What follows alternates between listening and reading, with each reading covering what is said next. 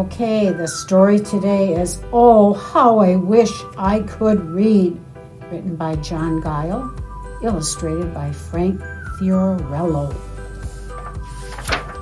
Oh, how I wished I could read.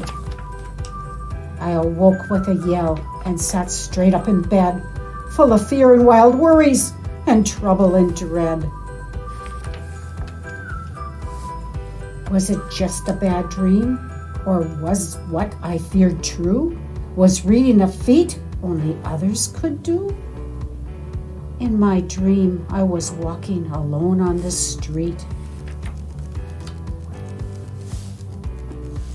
and decided to sit down and put up my feet.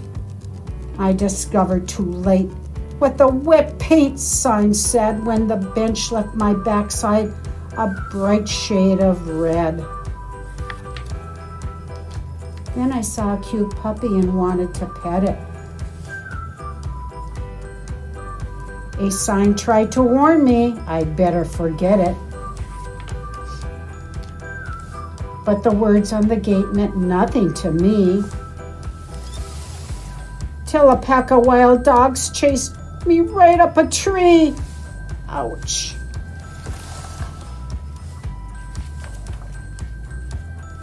I continued along on my reading-less way, having no way to know what each sign had to say. I wished I could read, 'cause then I could know when danger signs warned me where I shouldn't go. A sign said, "No crossing," but I didn't heed it, because in my dream I had no way to read it. So I stepped off the sidewalk, and oh, what a fuss. I was nearly run down by 2 cars and a bus. I heard honking and beeping, tires squealing and shrieking, cars crashing and smashing and scraping and screeching. The drivers were angry. One yelled, all agreed, "What's the matter with you? You should know how to read." I jumped from the street and I ran away fast, but worried about each sign that I passed. Above and beside and behind and below were instructions and warnings I needed to know. In my reading-less dream, I felt angry and sad, as if I had lost a best friend, and I had.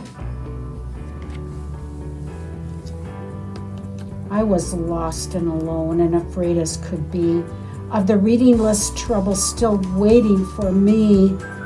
I wandered and wondered what words I saw meant. Then got stuck in the muck near a sign, wet cement. So I took off my shoes and I sat down to clean them. 2 signs blocked my way, but I sat down between them. They said poison ivy, but I didn't know.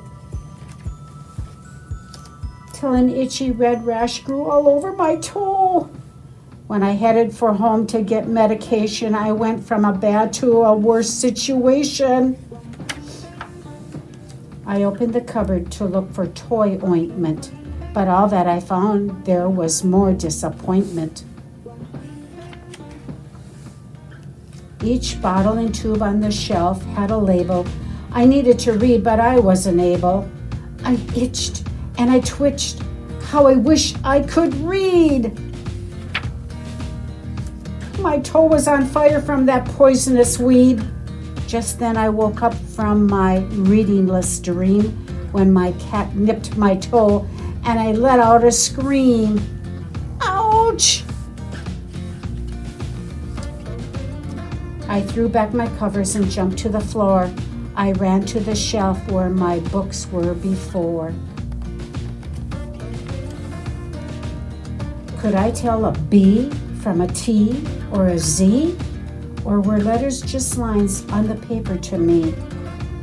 My books told the story as storybooks do. My dream was a nightmare completely untrue. I can read. At last it was over. At last I was freed from the night when I wished how I wished I could read. Stories come and stories go. Now you've heard one, this is so.